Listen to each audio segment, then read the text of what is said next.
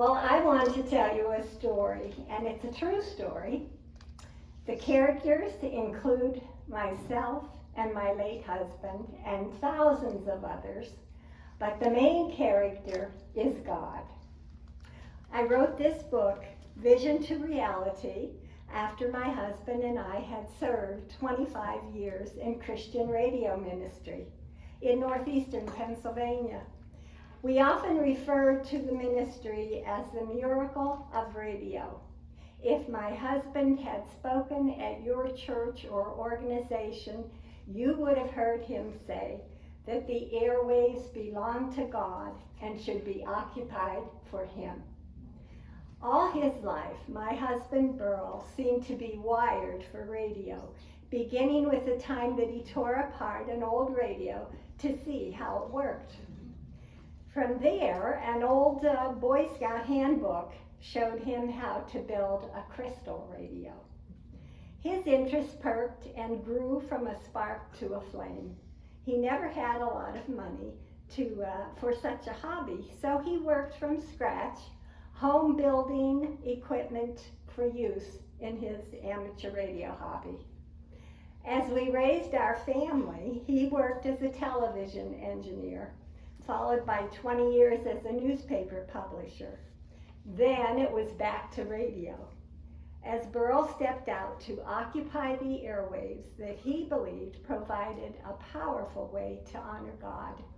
We were 50 years old at the time. As his wife, through the years, I had encouraged him in all his ventures. There were many. This had resulted in a most interesting life for him and for me. He was never satisfied with me being his cheerleader or encourager or housewife and mother alone. No, he always wanted me to play an integral part in each of his interests. Then he gave me credit for his many successes. It's often in teamwork that big projects are accomplished. We were the team that God used to build Christian radio in our area. As you read this book, you wonder how God used two ordinary people like us. You will soon decide that it took heart, determination, commitment, and hard work, as many of you have found mission work is 99% hard work.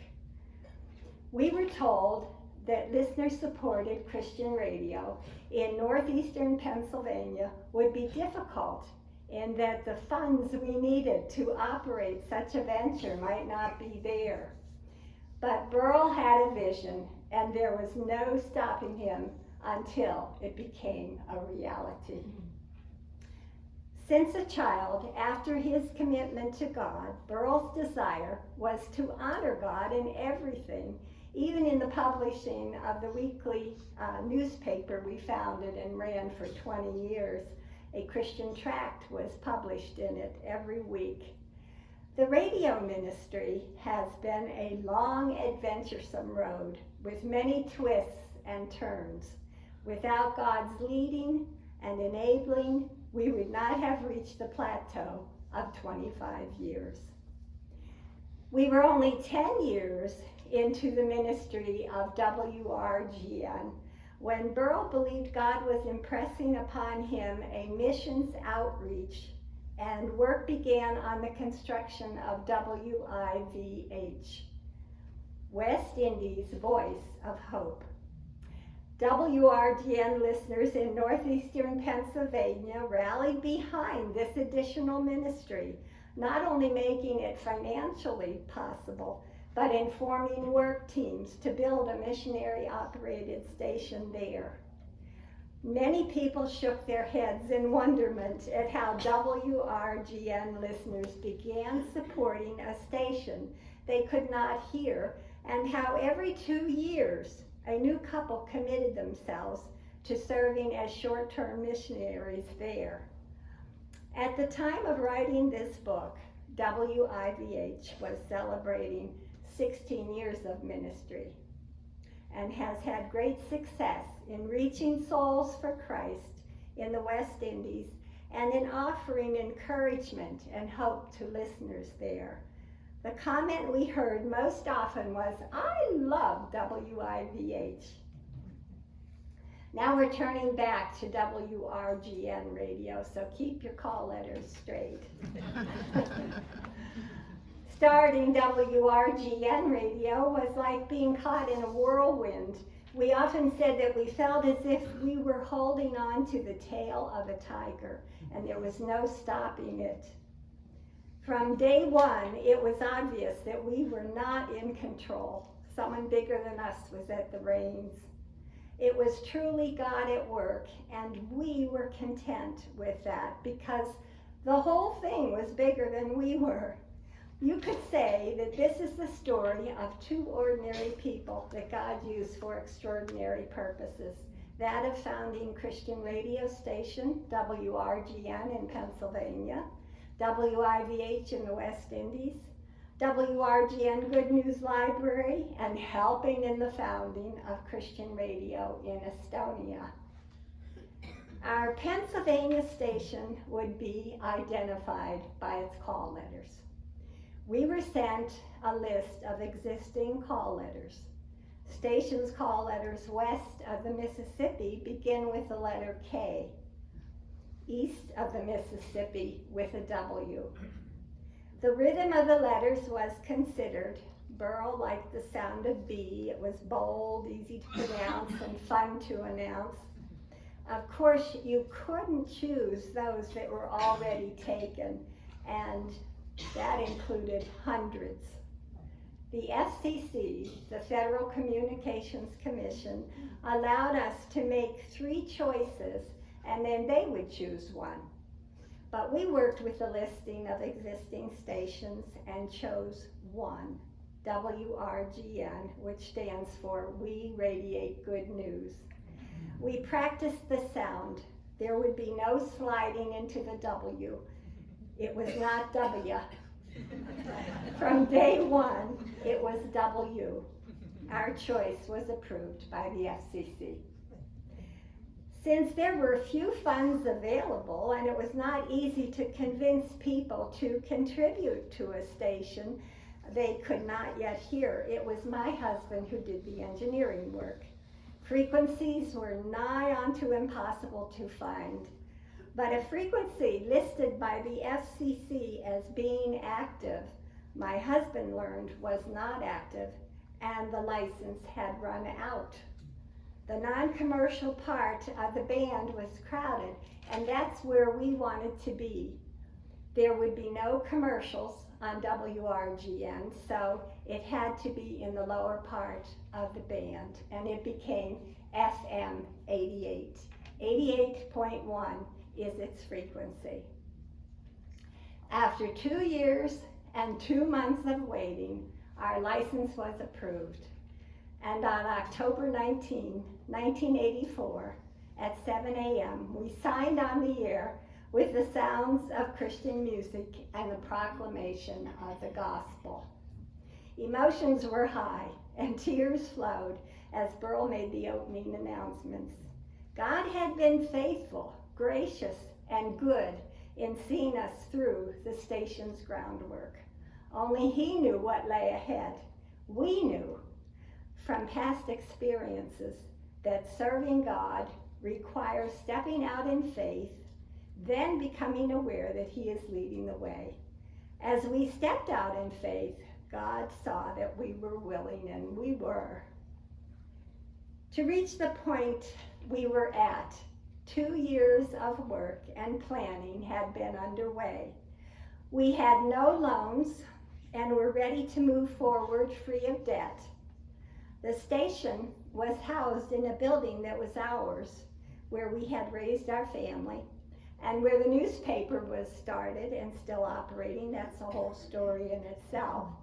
Anyone with experience or know-how in radio would say it was impossible to put a station on the air the way we had done it.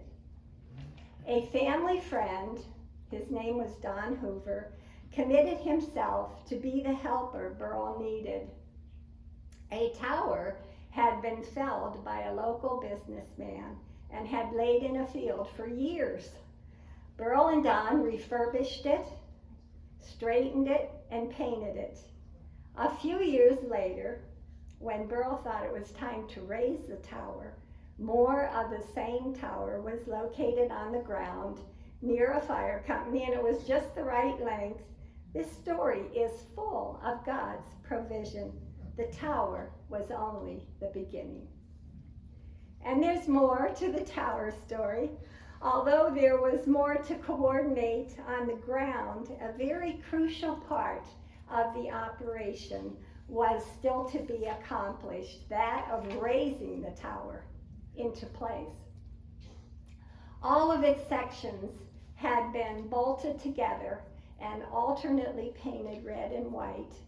Foundations for each guy wire with necessary hardware were ready, and the guy wires were also attached.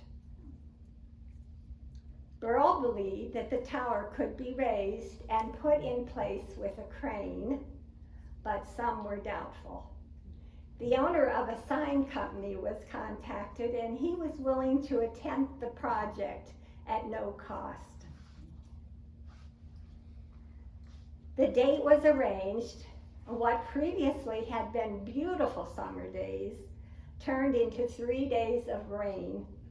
The long dirt road leading up to the transmitter tower site was wet and soggy. The crane got partway up the lane, slid off the road, and got stuck.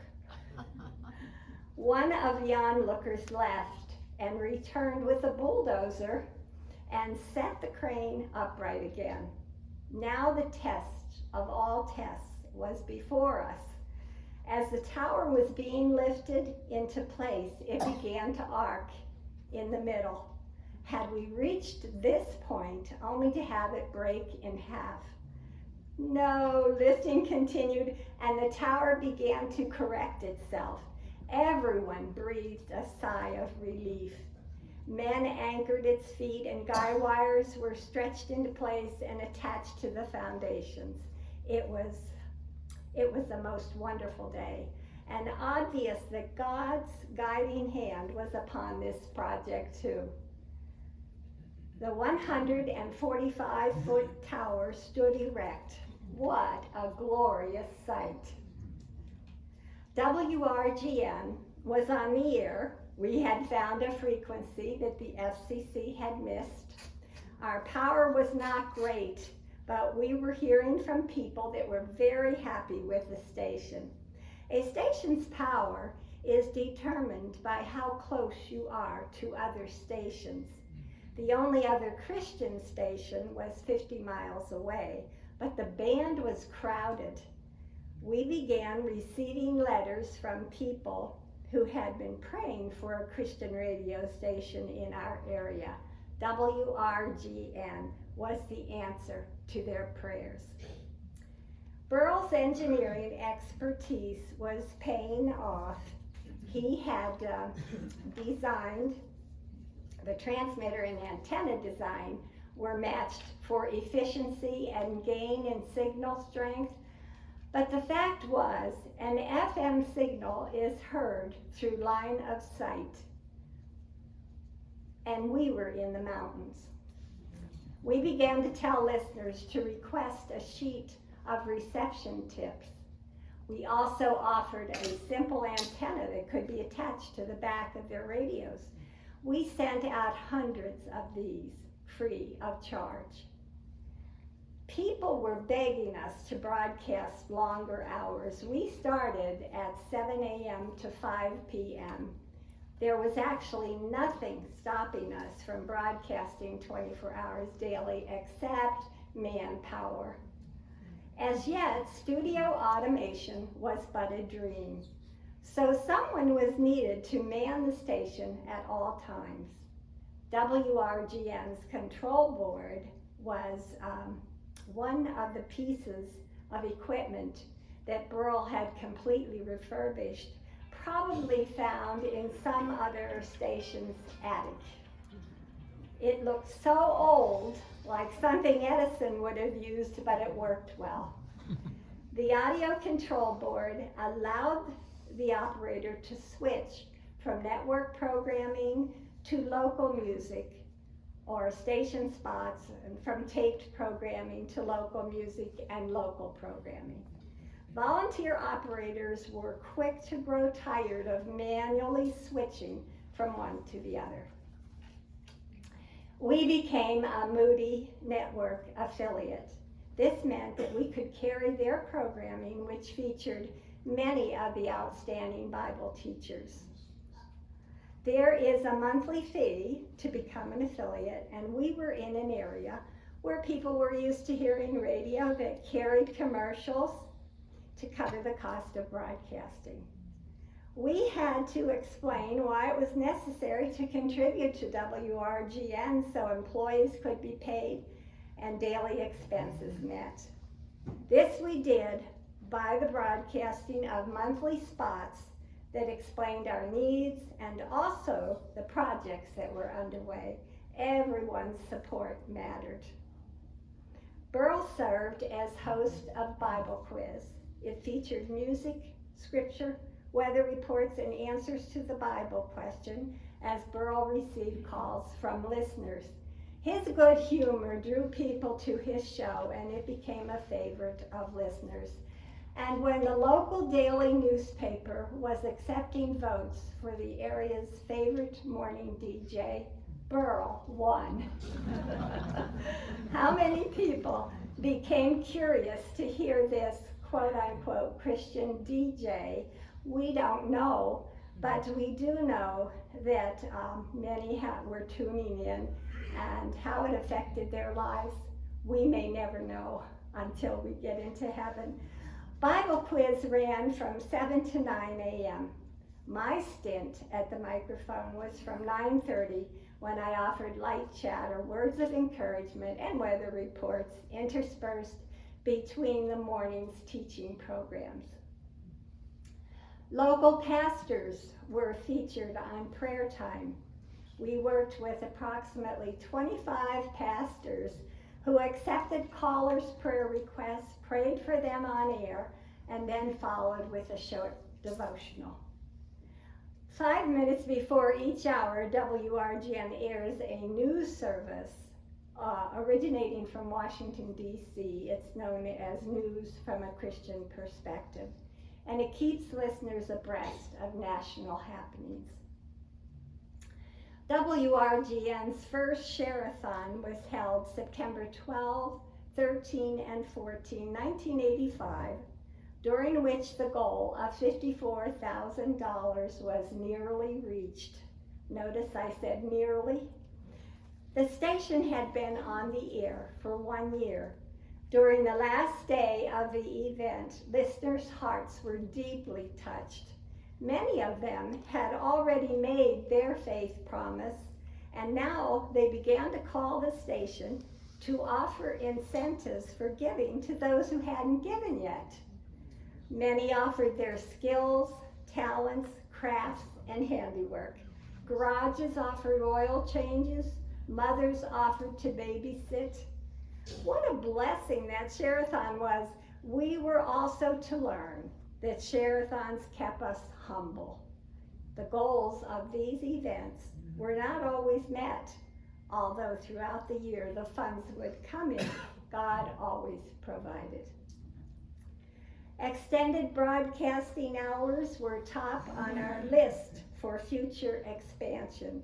It was just 2 days following Share-a-thon that the much-awaited announcement came that hours would be extended from 5 a.m. to 11 p.m. That was 8 more hours of broadcasting. This would still be made possible by volunteers, but Burl and Don were working out complicated problems in the computer programming of an automation system. Our newsletter, the Radiogram, came into being 3 years after sign-on, October 1987. The area's smallest newspaper, we called it. A slide presentation was readied and volunteers were being sought. who would show them in churches. Friends of WRGN chapters were being formed in 5 different towns. Scripture verse calendars, project by a local artist, was begun the year 1988 for FM 88. Proceeds benefited the station and continued for many years. These were just some of the ways that we used to get the word out that WRGN was on the air. At this time, translators cost approximately $5,000. A translator is a low-powered transmitter that retransmits a signal into a particular area. It was their use that Burl chose to increase the outreach of WRGN. Locations had to be found, tower space rented, and much work completed. Over an extended period of time, 5 of them were put into operation, making WRGN heard in all of northeastern Pennsylvania. With each new project at WRGN, God was given the glory, for without his enabling power, nothing would have been accomplished. Friends of WRGN organizations were being formed, and to this day, one is still in operation.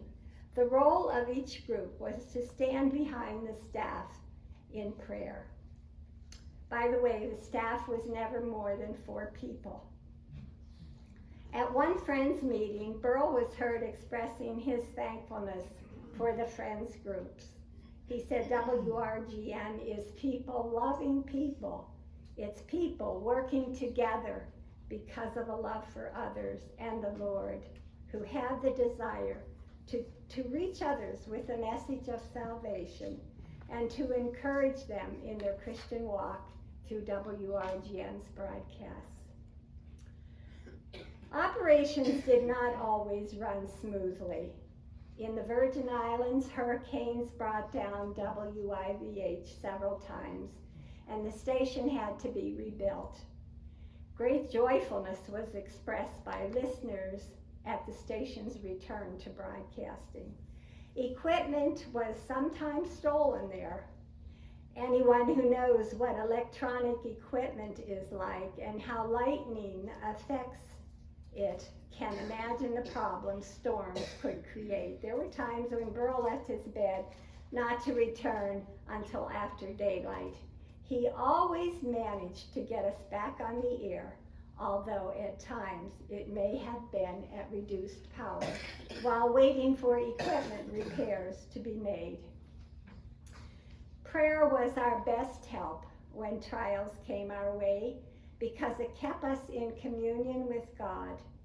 This helped us stay level-headed and helped us keep our perspective right. The Lord is my strength and my shield. My heart trusts in him, and I am helped. Psalm 28:17a. Enough from the complaint department. Good things were also happening.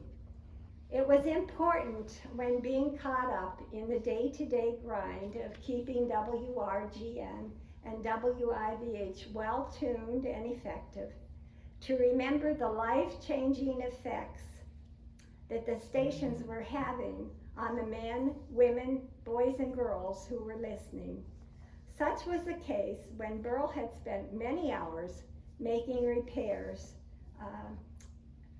to the equipment because of lightning strikes and tracing faulty components that were creating hum and distortion. At times like this, we knew it was the prayers of listeners that were upholding and strengthening us. Listeners love to write and offer creative suggestions for spots we could use. One writer suggested this one: WRGN is a constant vacation away from the world. He was right. Only 3 years had passed, and on October 24, 1987, The station began broadcasting for 24 hours each day. The announcement was made at WRGN's third birthday celebration, where Steve and Maria Gardner performed in concert. Nearly 1,000 people attended the event. Burl was offered a job by Moody Network. His answer, no thanks, we're just getting started here. But we were in cramped quarters, and on top of that, I had started the Good News Library, a ministry which now features thousands of current Christian books. We had no place to make them available to borrowers, and were placing them in boxes, and then the call came. Just a few miles down the road, a church sat empty. Its pastor-founder had died, and the members felt they could no longer keep it going. Their board called and asked if WRGN wanted the building. Praise God, it was just what WRGN needed. The building had never had a second story built on it, so now Burl went to work designing a second story. Volunteers stepped forward and the building was completed debt-free. Only problem as I saw it, there was still no room for the library. In the next few years, an addition was built that houses the books. This has been such an exciting ministry, and there is so much more to tell. Condensing has to be done as I tell you how we organized trips, one to Russia with Josh McDowell, one on a cruise with Charles Stanley, and bus trips too. When travelers with Josh McDowell split locations, we ended up in Estonia.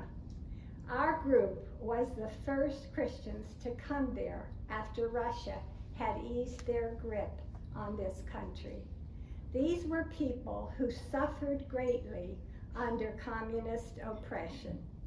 They eagerly accepted the Christian literature we passed out among them. Burl felt God leading him to get a Christian radio station started there. But he knew he couldn't go home and ask WRGN listeners to again contribute. But God, two most important words. But God had ready a fellow traveler, a doctor from California, and a member of a huge church there, willing to help with the project. We made our second trip to Estonia with equipment to begin a station similar to the one we had started in Pennsylvania.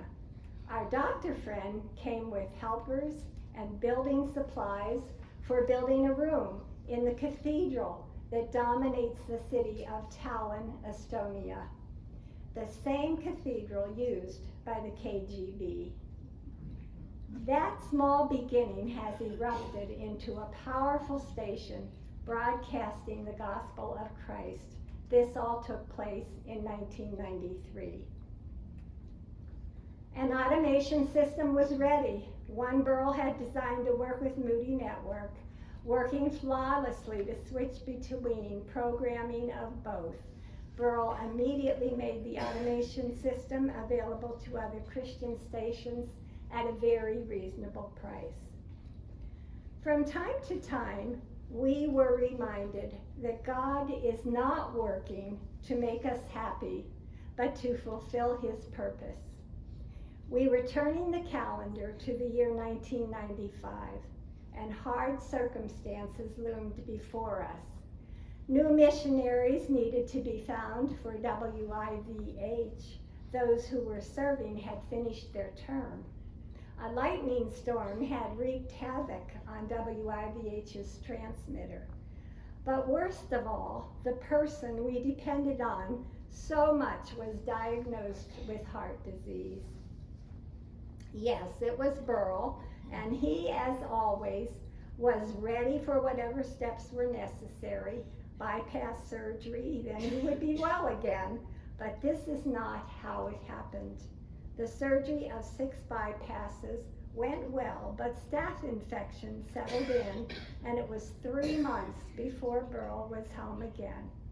We were trusting God to work his purpose through us as we accepted help and encouragement from our family and the body of believers. And much prayer. It was questionable that Burl would make it, but God brought him through another of God's miracles. The year 2011 came, and Burl was 80 years old, and he felt his mind wasn't as sharp and that it was time to retire. God had allowed us 30 years of radio ministry in which our faith grew tremendously as we watched God work. We saw many changes, from records to cassettes. Carts and turntables were no longer used, or CDs.